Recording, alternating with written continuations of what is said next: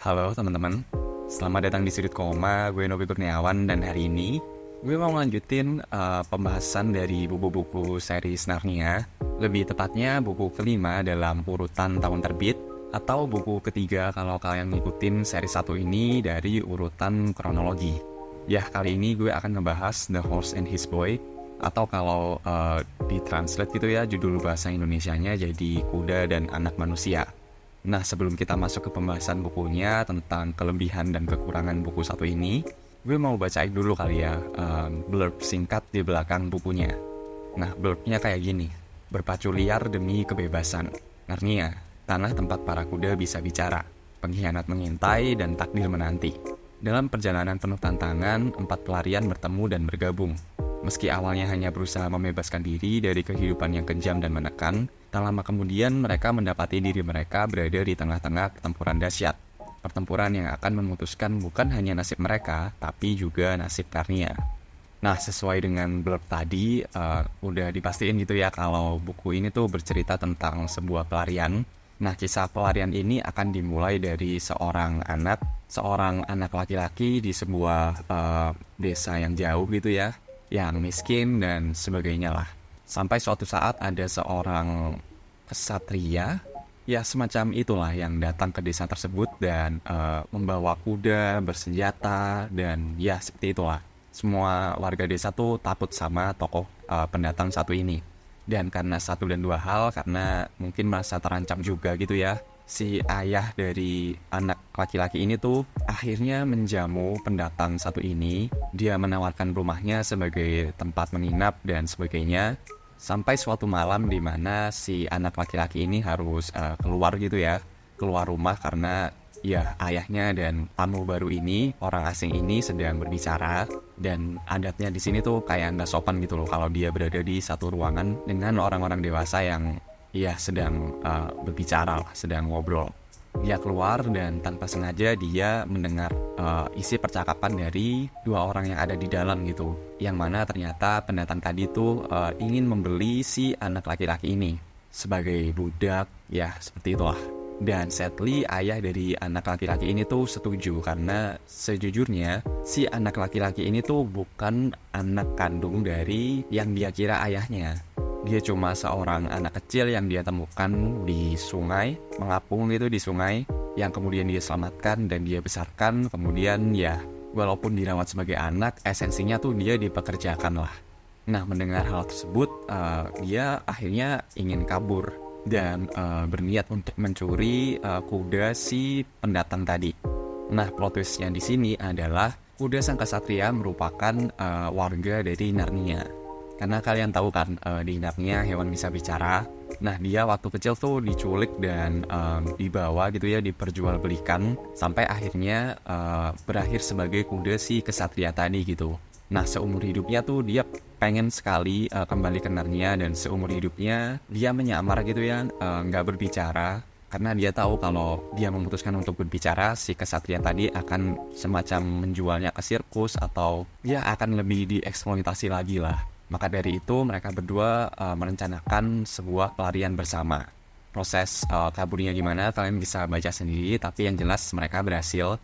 Dan menariknya di sini adalah seperti blurb singkat di belakang bukunya tadi, mereka akan bertemu dua tokoh lain yang konsepnya tuh sama, yaitu seekor kuda lain dan penumpangnya. Kali ini penumpangnya tuh seorang putri, yang dimana sang putri dan kudanya ini juga sedang kabur gitu dari tempat asal mereka.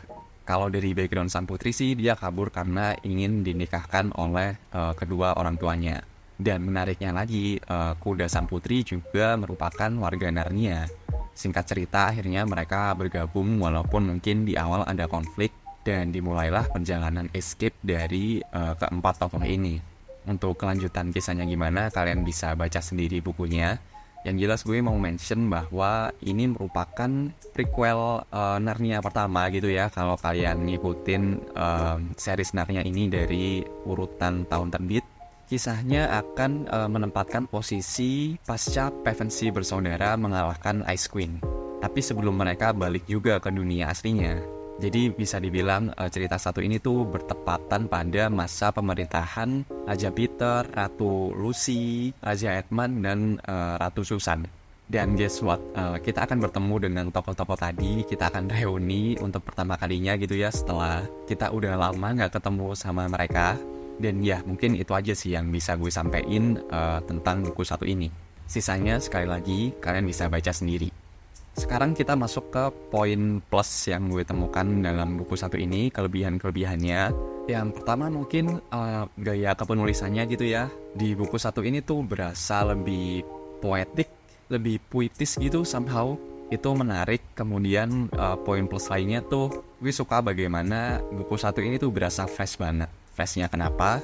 Karena kita mengikuti kisah perjalanan di semesta Narnia ini dari sudut pandang karakter yang sudah berada di dalamnya. Jadi bukan orang luar seperti Pevensie bersaudara tadi yang masuk ke dunia Narnia, tapi langsung dari pengalaman orang-orang atau warga native dari semesta satu ini gitu. Jadinya berasa fresh aja. Ada sesuatu yang baru gitu ya dari series Narnia satu ini. Kemudian mungkin dari sisi ceritanya, walaupun secara konsep dia nggak sebegitu grand gitu ya, nggak sebegitu menarik juga kalau dibandingin dengan buku-buku sebelumnya. Kalau kalian udah nonton video pembahasan yang udah gue bikin sebelumnya tentang buku-buku Narnia, di situ kan konsepnya kayak pelayaran ke ujung dunia gitu ya, atau petualangan ke dalam perut bumi. By konsep kan cerita-cerita sebelumnya sangat menarik kan.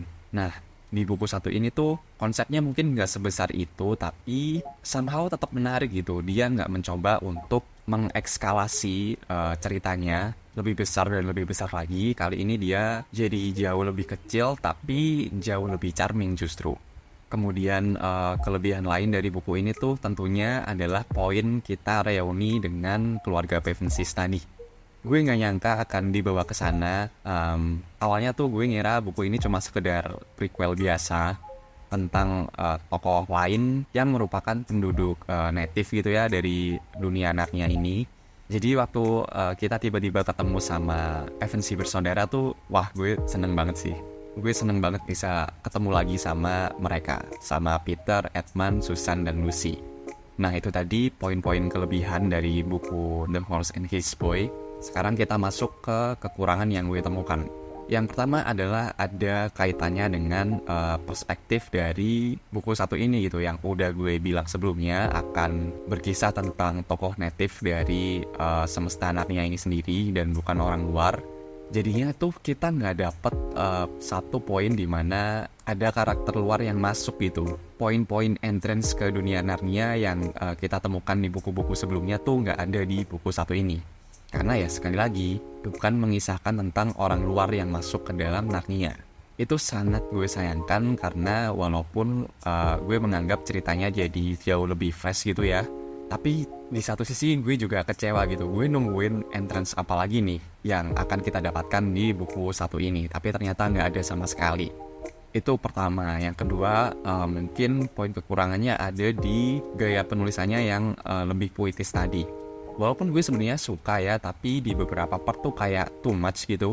Jadi menjelang akhir-akhir buku tuh gue kayak, aduh udahlah kebanyakan kayaknya. Kalau kalian udah baca bukunya mungkin kalian paham sih.